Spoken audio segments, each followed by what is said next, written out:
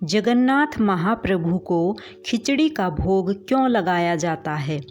कौन है माता कर्माबाई? जानेंगे इस कथा से। भगवान श्री कृष्ण की परम उपासक ठाकुर जी के बाल रूप से वह रोज ऐसे बातें करती जैसे ठाकुर जी उनके पुत्र हों और उनके घर में ही वास करते हों। एक दिन कर्माबाई की इच्छा हुई कि ठाकुर जी को फल मेवे की जगह अपने हाथ से कुछ बनाकर खिलाऊं।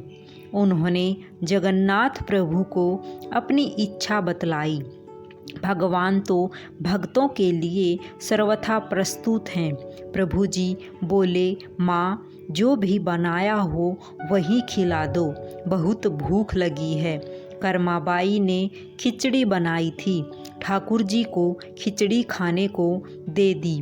प्रभु बड़े चाव से खिचड़ी खाने लगे और कर्माबाई ये सोचकर भगवान को पंखा झोलने लगी कि कहीं गरम खिचड़ी से मेरे ठाकुर जी का मुंह ना जल जाए।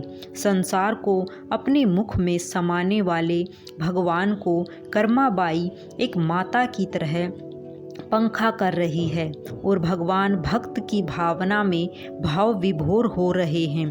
भक्त वत्सल भगवान ने कहा, माँ, मुझे तो खिचड़ी बहुत अच्छी लगी, मेरे लिए आप रोज़ खिचड़ी ही पकाया करें, मैं तो यहीं आकर खाऊंगा। अब तो कर्माबाई जी रोज़ सुबह उठती और सबसे पहले खिचड़ी बनाती, बाकी सब कुछ बाद में करती थी।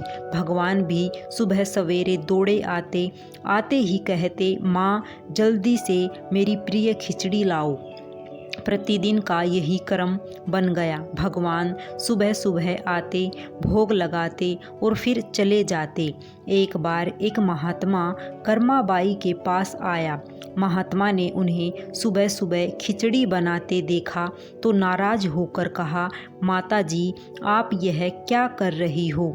सबसे पहले नहा धोकर पूजा पाठ करनी चाहिए, लेकिन आपको तो पेट की चिंता सताने लगती है। कर्माबाई बोली, क्या करूं महाराज जी, संसार जिस भगवान की पूजा अर्चना कर रहा होता है वही सुबह सुबह भूखे आ जाते हैं। उनके लिए ही तो सब काम छोड़कर पहले खिचड़ी बनाती हूँ। महात्मा ने सोचा कि शायद कर्माबाई की बुद्धि फिर गई है। यह तो ऐसे बोल रही है जैसे भगवान इसकी बनाई खिचड़ी के ही भूखे बैठे हों। महात्मा कर्माबाई को समझाने लगे, माताजी, तुम भगवान को अशुद्ध कर रही हो। सुबह स्नान के बाद पहले रसोई की सफाई करो, फिर भगवान के लिए भोग बनाओ। अगले दिन कर्माबाई ने ऐसा ही किया। जैसे ही सुबह हुई, भगवान आए और बोले, माँ, मैं आ गया हूँ, खिचड़ी लाओ। कर्माबाई ने कहा, प्रभु, अभी मैं स्नान कर रही हूँ, थोड़ा रुको। थोड़ी देर बाद भगवान ने फिर आवाज़ लगाई, जल्दी करो माँ, मेरे मंदिर के पट खुल जाएंगे, मुझे जाना है। वह फिर बोली, अभी मैं रसोई की सफाई कर रही हूँ। प्रभु, भगवान सोचने लगे कि आज माँ को क्या हो गया है, ऐसा तो पहले कभी नहीं हुआ।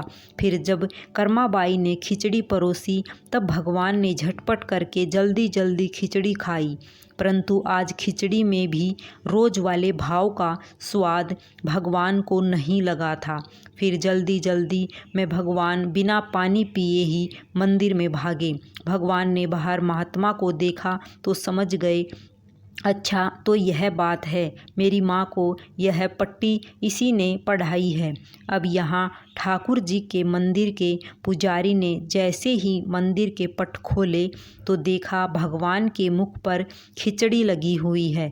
पुजारी बोले, प्रभु जी, यह खिचड़ी आपके मुख पर कैसे लग गई है?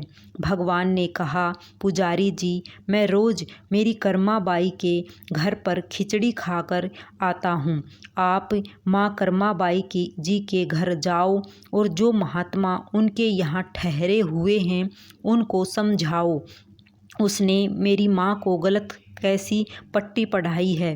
पुजारी ने महात्मा जी से जाकर सारी बात कही कि भगवान भाव के भूखे हैं। यह सुनकर महात्मा जी घबराए और तुरंत कर्माबाई के पास जाकर कहा, माता जी माफ़ करो, यह नियम धर्म तो हम संतों के लिए हैं। आप तो जैसे पहले खिचड़ी बनाती हो वैसे ही बनाए, आपके भाव से ही ठाकुर जी खिचड़ी खाते रहेंगे।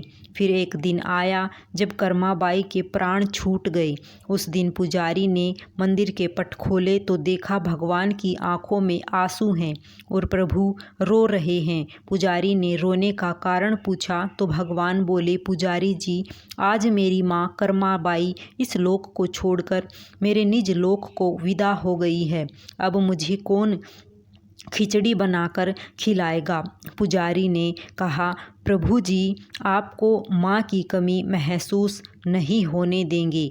आज के बाद आपको सबसे पहले खिचड़ी का भोग ही लगेगा। इस तरह आज भी जगन्नाथ भगवान को खिचड़ी का भोग लगाया जाता है। सभी को राधे राधे।